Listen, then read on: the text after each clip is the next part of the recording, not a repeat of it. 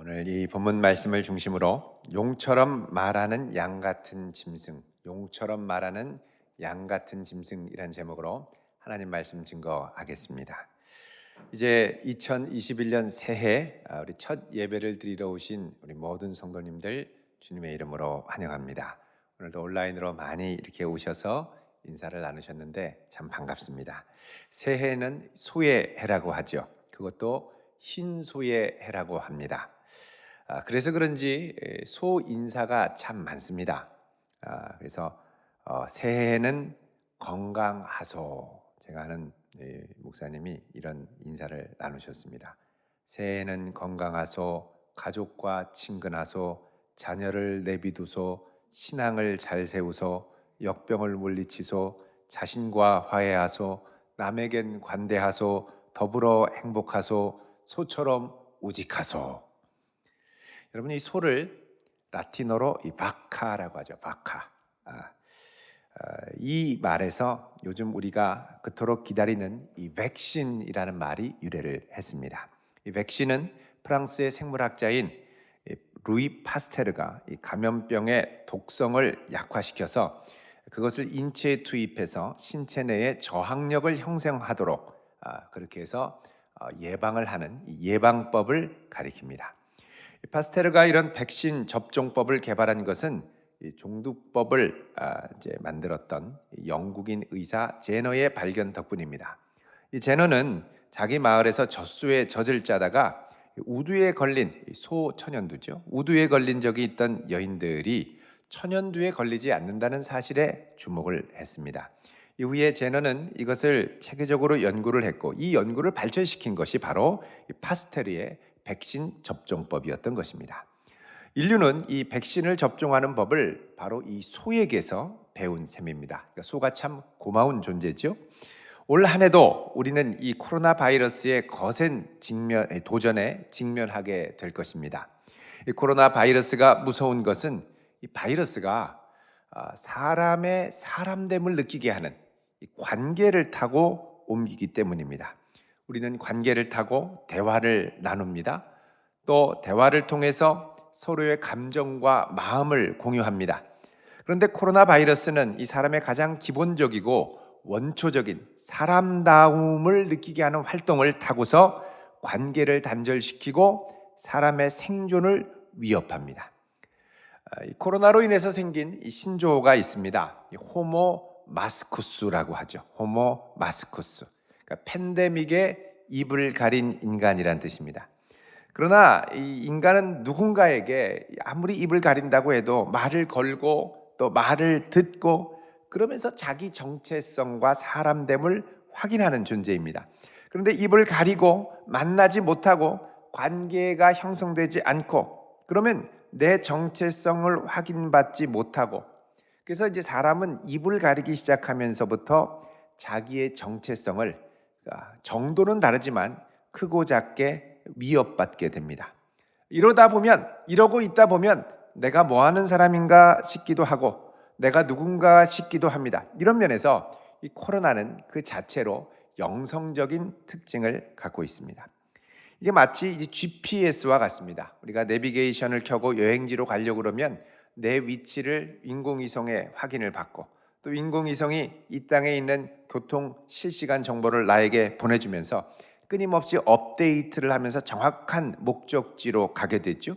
우리의 믿음 생활도 하나님께 내 마음을 아뢰고 하나님으로부터 응답을 받고 내 공동체의 지체와 교제를 나누며 나의 성도됨을 확인받고 격려받고 용기를 얻으면서 믿음의 행진을 계속하게 되어 있습니다.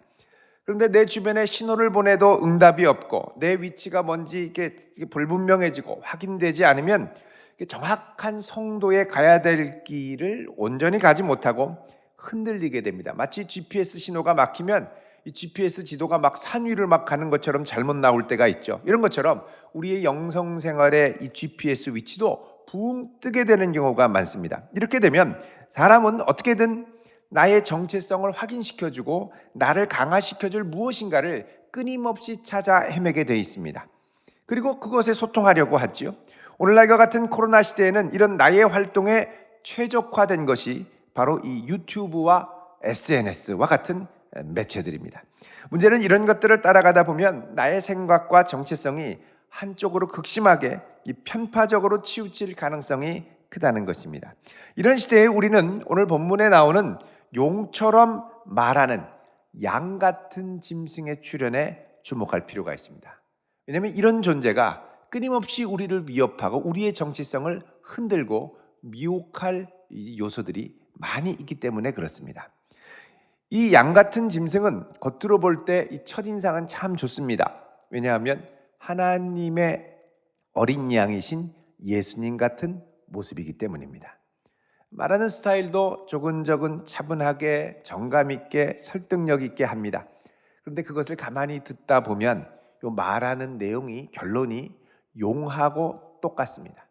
그래서 처음에는 좋은 인상을 갖고 자꾸만 듣게 되는데 듣다 보면 설득되고 미혹돼서 결국은 용의 논리를 따르게 된다는 것이죠. 자, 오늘 본문 11절 말씀 같이 읽어보겠습니다. 시작. 내가 보매 또 다른 짐승이 땅에서 올라오니 어린 양같이 두 뿔이 있고 용처럼 말을 하더라. 아멘. 자, 여기 보면 내가 보매 또 다른 짐승이 땅에서 올라온다 그럽니다. 자, 이전에 올라왔던 짐승이 있었습니다. 누구냐 하면 바로 13장 1절에 바다에서 나온 10뿔 7머리 10뿔 달린 짐승이었습니다. 바다는 혼돈과 공허의 세력이 날뛰는 곳, 이곳에서 모든 권세를 잡고 나타난 거대한 제국의 세력이라고 그랬죠. 자, 그런데 이번에는 이번에는 바다가 아니라 땅에서 또 다른 짐승이 올라옵니다. 땅은 이 세상을 반영합니다.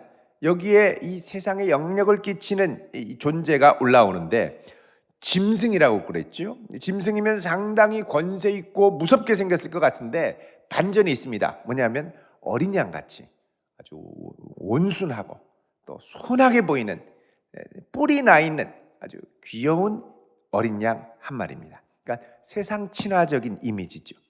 그런데 이 양이 말을 합니다. 문제는 뭐냐? 말하는 걸 끝까지 따라가다 보면 결국 용, 곧 옛뱀이라고도 하고 마귀라고도 하고 사탄이라고도 하는 이의 말과 똑같다는 것입니다.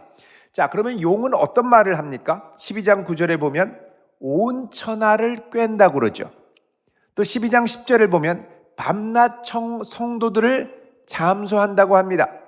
또 13장 5절에 보면 과장된 말을 하고 신성모독을 말하고 또 13장 6절에 보면 입을 벌려 하나님을 향하여 비방하고 그의 이름과 하늘 장막의 성도들을 비방한다 이렇게 말씀합니다. 자, 이 양이 이런 용 같은 말로 사람들을 계속해서 미혹합니다. 그러니까 세상을 향하여 지속적이고 상당한 영향력을 행사합니다. 만약에 바다짐승 혼자 나와서 막 그러면 야, 바다짐승이니까 원래 바다에서 나왔으니까 그러려나 보다 이렇게 할 수가 있죠. 그런데 이 세상에서 세상 권력을 장악했으면서도 상당히 온화해 보이고 친근해 보이고 좋은 이미지를 가진 아주 어린 양 같은 자가 나타나서 조근조근 이야기하는데 결국 하나님을 비방하고 성도를 비방하고 교회를 비방하고 교회를 무너뜨리기 시작하는 것입니다. 자, 혼자 그러면 왜 저러나 싶은데 전혀 다르게 생긴 두 존재가 이구동성으로 목소리를 높이다 보면 그런가? 이렇게 이제 갸우뚱하게 될 때가 있다는 겁니다. 그러면서 생각과 판단이 기울어지게 되는 거죠. 요즘 언론에서 하도 교회발 코로나 하도 그러니까 이 세상 사람들이 가장 무서워하는 사람이 교회 목사님이 되었다는 말이 있습니다. 왜 그러냐면 코로나의 온상 교회를 이 많은 코로나의 온상이 되는 성도들을 만나는 사람 목사 이렇게 되니까 목사님이라고 그러면 막 사람들이 막 기피한다는 우스갯소리이기를 바랍니다. 이런저런 이야기들이 있습니다. 여러분, 이 사실과 다르게 누가 그런 말을 하면 적극적으로 아니라고 좀 우리가 나서야 되는데 여기서도 그렇다 그러고 저기서도 그렇다 그러고 막 그러면 그런가? 그러면서 우리도 모르게 위축되면서 기울일 수 있다는 겁니다. 그러니까 이렇게 사람들의 생각 아니야 설마라고 했다가 이렇게 생각을 혹하고 기울게 하는 역할을 하는 자가 누구냐? 바로 이 어린 양입니다. 여러분, 자타공인 30년 경력의 짜장면 수타 짜장 전문가, 그래서 내가 짜장면 잘 만들어 이렇게 말하면요 별로 이렇게 신뢰가 안 가는데, 옆에 있는 분이 야 이분 진짜 끝내줘 최고야 그러면 자기 혼자 얘기하는 것보다 옆 사람의 이야기 때문에 더 훌륭하고 멋있어 보이는 겁니다. 이 어린 양 짐승, 땅에서 나온 짐승이 용을 막 이렇게 이 바다 짐승을 막 높이니까 이 바다 짐승 혼자 나와서 큰 소리로 막 이럴 때는 뭐 혼자 그러나 보다 그랬는데, 이 양이 와서 높여주니까 같이 더 그런가 하면서 설득력을 더해서 사람들이 세상으로 혹하니 기울게 되는 거죠. 여러분 11절에 보면 용처럼 말을 하더라 그럽니다. 용처럼 말을 하더라. 여러분 여기 말한다라는 말이 엘랄레이, 이 엘랄레이라고 해서 헬라어로 미완료형 동사로 되어 있습니다. 미완료. 미완료는 뭐냐? 용처럼 말을 하는 게 이전부터 시작해서 아직까지 끝나지 않은, 계속해서 말하고 있는 거죠. 그러니까는 이런 노골적인 비방과 미혹하는 말을 지금도 계속해서 세상에 퍼뜨리는 존재가 바로 그렇게 순하게 보이는 어린 양이라는 겁니다. 자, 12절 보시면요. 그가 먼저 나온 짐승의 모든 권세를 그 앞에서 행하고 땅과 땅에 사는 자들을 처음 짐승에게 경배하게 하니 곧 죽게 되었던 상처가 나은 자니라 그럽니다. 자, 먼저 나온 짐승의 모든 권세. 그러니까 이 땅 짐승도 엄청난 권세를 갖고 있는 거죠. 양 같은 짐승도. 그리고 땅과 땅에 사는 자들을 결국 어떻게 하냐? 자기를 경배하라고 하는 게 아니라 처음 짐승, 바다에서 나온 짐승을 경배하게 하니 곧 죽게 되었던 상처가 나은 자다 그럽니다. 자, 여러분 13장 3절에 보면 이 짐승이 바다 짐승이죠. 머리 하나가 상하여 죽게 된 것 같다가 나았다 이렇게 말씀합니다. 그러니까 짐승 전체로 보면 겨우 머리 하나 상했다가 나은 건데 이걸 놀랍게 여기면서 대단한 존재입니다라고 부추기면서 따라가게 하더라는 것이죠. 여러분 사실 이런 모습은 죽음을 이기고 살아나신 예수님의 부활을 흉내낸 짝퉁입니다. 제국이 예수님의 부활을 짝퉁으로 흉내내니까 이게 대단한 것처럼 이 양 같은 짐승이 아주 과장된 말을 하면서 쫓아가게 짐승을 경배하도록 부추기는 것이죠. 끊임없이 바다 짐승을 증언하며 대단하다고 하면서 하나님을 비방하면서 성도들을 비방하면서 따라가게 합니다. 우리 지난주에 이 바다 짐승이 그 1세기 당시에 로마 제국과 제국의 통치자를 상징한다는 것을 보았습니다. 자, 그렇다면 이 제국을 경배하도록 이 양 같은 짐승은 삼위일체의 하나님 중에 한 분인 성령의 역할을 흉내내면서, 여러분 성령이 임하시면 어떻게 됩니까? 땅끝까지 이르러 예수 그리스도의 증인이 되죠. 마찬가지로 이 양 짐승은 성령이 하시는 역할과 같이 바다 짐승을 증거하는, 땅끝까지 온 세상에 증언하는 증인 역할을 합니다. 자, 그러면 이 땅 짐승은 구체적으로 어떤 자를 말하는 것일까요? 여러분 요한계시록 19장 20절에 보면 그 존재가 등장을 합니다. 요한계시록 19장 11절부터 21절까지는 마지막 이 땅에 있는 이 백마탄 예수 그리스도의 부대와 세상 짐승 부대와의 최후의 전쟁을 다루고 있는데, 여기 보시면 이렇게 말씀을 합니다. 여기 보면 19장 20절에 짐승이 잡히고, 그 앞에 19절에 보면 예수 그리스도의 백마 군대와 전쟁을 일으키는데 짐승, 바다 짐승이 잡힙니다. 그리고 그 앞에서 표적을 행하들, 오늘 본문에 나오는 땅 짐승, 양 같은 짐승, 바다 짐승을 증거하는 짐승이 나오는데 그 존재를 뭐라고 그러냐면 거짓 선지자라고 말합니다. 거짓 선지자. 그래서 이 땅 짐승, 양 같은 짐승은 거짓 선지자입니다. 그러니까 이 땅 짐승은 인간적으로 참 온순하고 경건하고 훌륭해 보이고 인격적으로 보이고 좋아 보이는데 결국은 세상 제국과 통치자인 짐승을 높이고 그를 따르게 하는 대변인의 역할을 하는 존재였다는 겁니다. 이 거짓 선지자는 어떻게든 이 짐승의 권세가 대단한 것처럼 보여주기 위해서 수단과 방법을 가리지 않습니다. 그래서 13절 14절에 보면 어떤 행동을 하는지가 나오죠.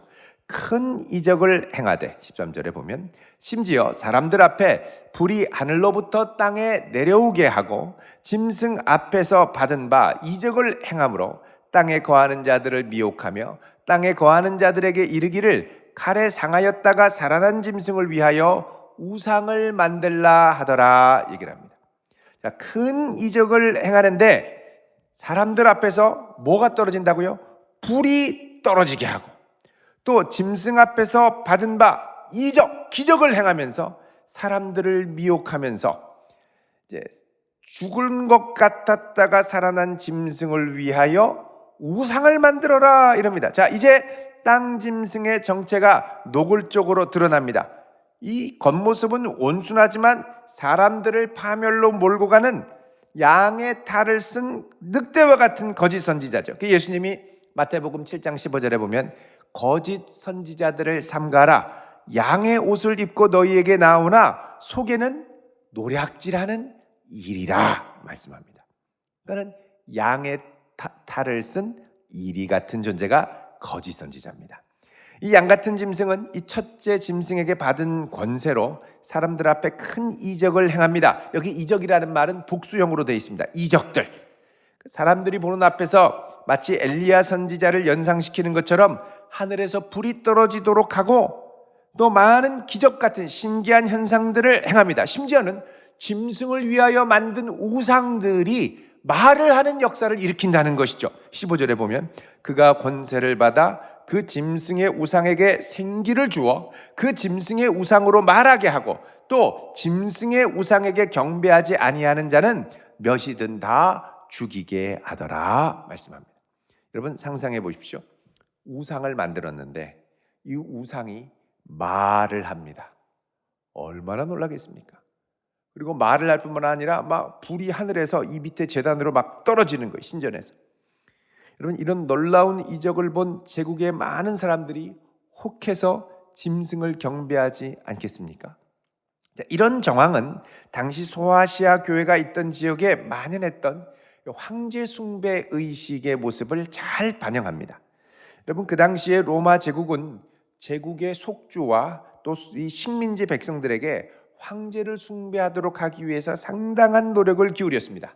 로마가 제국으로 형성된 것이 주전 27년에 아우구스투스가 처음 이제 로마 황제로 등극한 이후로 60여 명의 황제가 그 이후로 배출이 됐는데 그 중에 36명이 황제 칭호에 만족하지 않고 자기 자신을 신격화했습니다.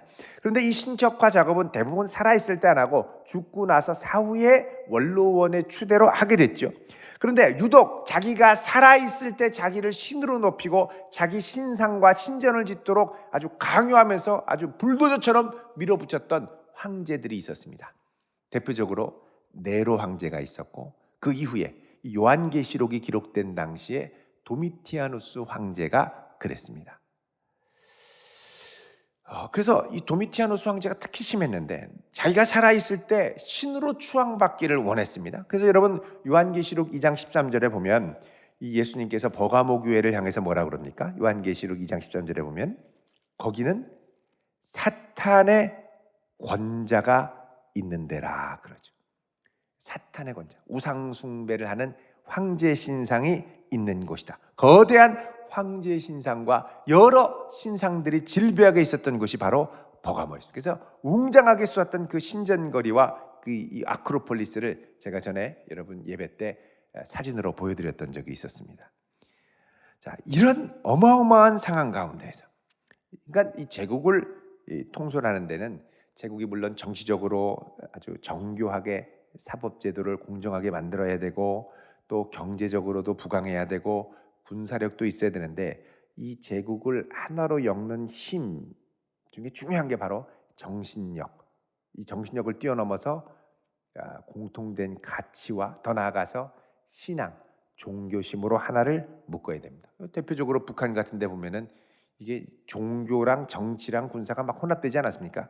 로마도 이런 강력한 제국을 묶어주는 힘이 필요했는데 그게 뭐냐? 바로 황제 숭배 신앙이었습니다.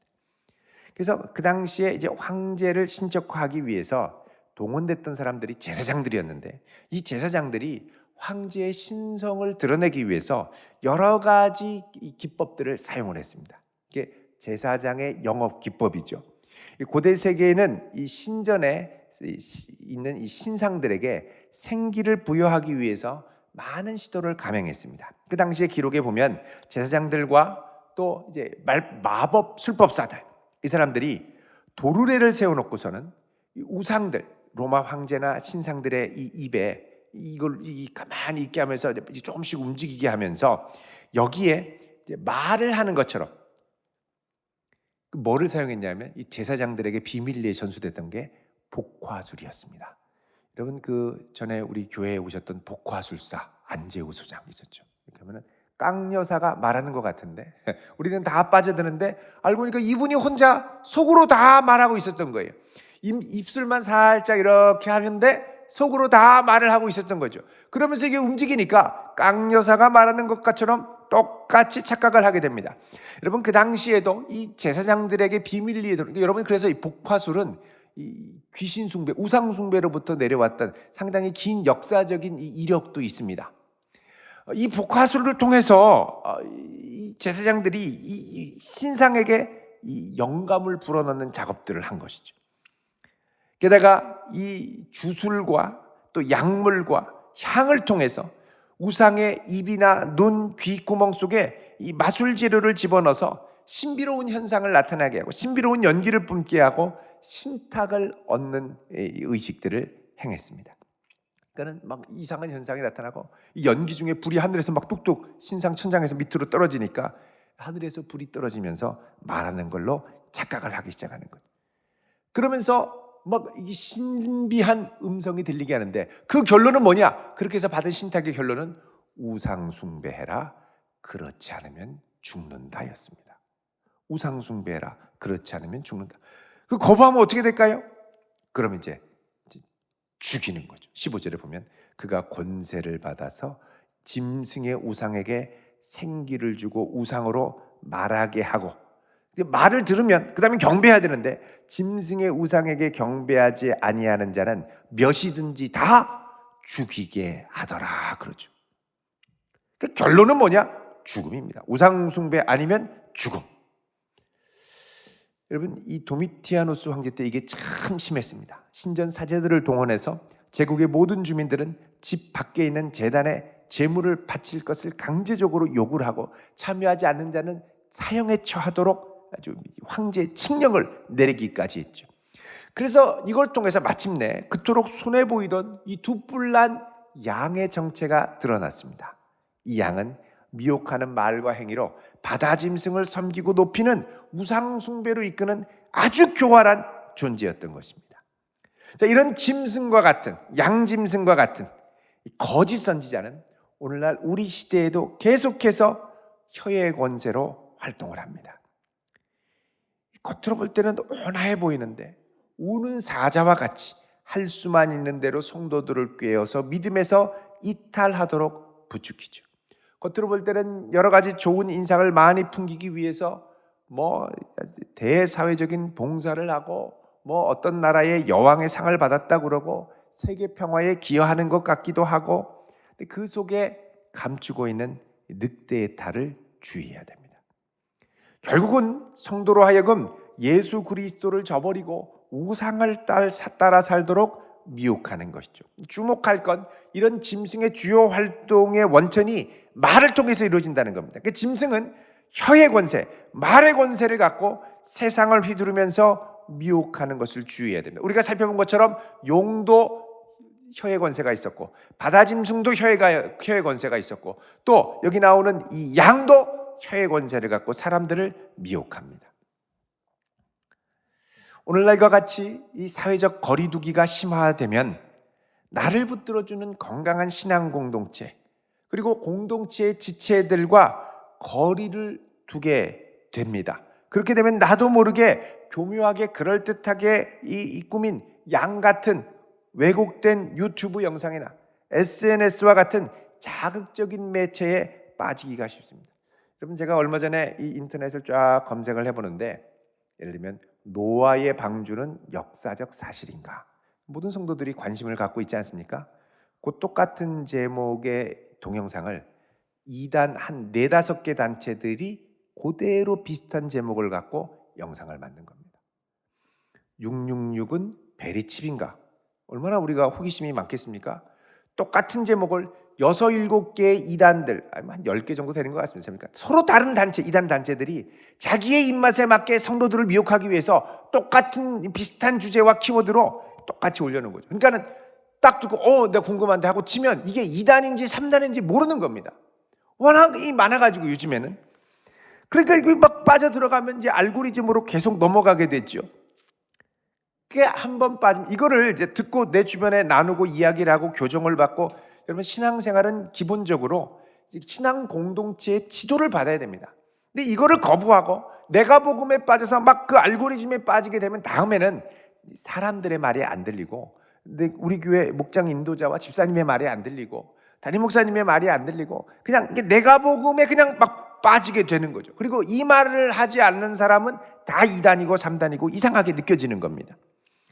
그래서 여러분, 이 본문에서 이 짐승의 활동이 계속해서 미완료형으로 계속해서 말하는 것으로 표현되는 건 오늘날도 이런 땅짐승의 역할을 하는 이들이 우리 주변에 많이 있다는 걸 암시합니다. 가만히 보면 은근히 이 영상을 보다 보면 지금 교회를 비판합니다. 목회자들을 비판합니다. 성도들을 비판합니다. 신성모독을 감행합니다. 심지어는 예수 그리스도의 사역을 아주 불완전한 것으로 폄하하고 자신이야말로 이 세상의 특별한 대안처럼, 지도자처럼, 심지어는 보혜사처럼 자처하기도 합니다. 이러한 신격화 현상은요, 사이비 이단 단체만이 아니라 오늘날 문화, 아이돌이죠. 문화, 예술, 정치, 문화, 사회 각 분야에서 나타날 수가 있습니다. 그 사람들에게 엉뚱한 사람을 경배하도록, 여러분, 사람은 절대 경배 대상이 될 수 없고 얼마든지 타락할 여지가 있는 불완전한 존재입니다. 우리가 그 말을 들으며 분별을 해야 되는데 이미지가 워낙 좋으니까 설마 그렇게 해서 이렇게 훌륭한 사람이, 이렇게 좋은 사람이 하면서 점점점 이제 빠지게 되는 것이죠. 그래서 우리가 이거를 공동체 안에서 믿음의 지체들과 또 이 신앙의 지도자들과 함께 나누면서 이 조정을 해야 됩니다. 이 GPS 신호를 받고 내 정체성과 위치를 파악하면서 바른 신앙을 향해서 가야 되는 것처럼 이런 것들을 잘 교정받으며 가야 되는 거죠. 때로는 이런 이 양 같은 짐승의 위협이 우리의 삶에는 실질적으로 다가올 때도 있습니다. 어떤 분은 이제 직장 생활을 하고 있었는데 연초만 되면 아주 초긴장 상태에 들어갑니다. 왜냐하면 그 회사의 사주가 연초만 되면 돼지머리에 절을 하지 않으면 불안해서 견디지 못하는 분이에요. 그러니까 모든 고위직급자, 중급 이상 아주 고위직 상급자들은 다 가서 돼지머리에 절을 해야 됩니다. 그리고 절하지 않은 자는 명단을 뽑아서 보고를 하는 거예요. 그러니까 돼지머리에 절하지 않은 자들의 이 머리가 위태한 거죠. 그럼 얼마나 긴장되고 스트레스를 받겠습니까? 그게 해마다 연말 연초가 되면 기도 제목이 꼭 옵니다. 간절하게 기도해달라고, 우상 숭배하지 않도록 기도해달라고. 그 모든 교회가 간절히 기도하고 또 목장 식구들이 기도하고, 그러면 꼭 그때 되면 놀랍고도 신기한 일이 일어납니다. 절해야 되는데 이 지점에서 사고가 터져서 수습하러 급파되는데 이 처리할 수 있는 분이 이분이 가는 거예요. 해마다 그때 되면 꼭 그렇게 해서 이런저런 일로 이 위기를 넘어갔습니다. 여러분, 이 우상 숭배를 가까이 오물 때마다 하나님의 보호하심을 경험하니까 이 성도님은 이제 자신감이 생기는 거예요. 하나님이 내 삶에 이렇게 역사하시는구나. 그래서 그 다음부터 어떻게 하냐? 그냥 우상 숭배에서 지켜주시는 하나님만이 아니라 내 직장과 삶의 현장에 직접적으로 오셔서 역사하시는 하나님. 그래서 하나님의 능력을 그 현장에 끌어당기기 시작했습니다. 기도하며 주의 도움을 구하며 모든 순간에 주의 긍휼을 구하며 막 끌어당기기 시작하는 거죠. 그러니까 하나님이 함께하는 크고 작은 손길이 나타나고 능력으로 붙들어 주시니까 이분의 손을 통해서 나타나는 게 마치 요셉의 손에 나타나는 것 같이 놀라운 역사가 일어나면서 회사에서 가장 신뢰받는 직원 중에, 상급자 중에 한 사람이 되었습니다. 이처럼 이 어린 양은 이 어린 양 같은 이 짝퉁 짐승, 이걸 따라가도록 자꾸 부추기는데, 여러분, 참된 하나님의 어린 양을 의지하는 성도에게는 이런 우상 숭배의 위협 가운데도 이걸 거절하고 위협 가운데도 살 길을 우리 하나님께서 주시는 것을 믿으시기를 바랍니다.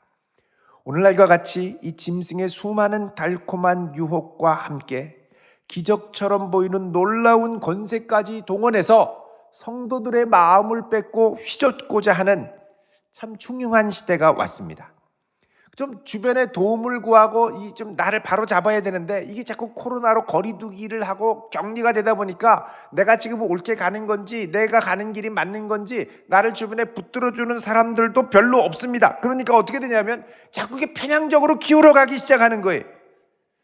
여러분, 이런 시대에 변함없이 그리스도 한 분을 붙들고 이제는 혼자만이 아니라 믿음의 공동체가 같이 서로를 붙들어주면서 나아가야 하는 시대가 왔습니다. 우리의 신앙을 양 같은 이상한 거짓 선지자의 그럴듯한 감언이설이 아니라 굳건한 진리 위에 함께 세워갈 수 있기를 축원드립니다. 끝까지 참되신 어린 양 예수 그리스도만을 섬기는 복된 2021년 한 해 되기를 우리 주님의 이름으로 축원드립니다. 기도하겠습니다.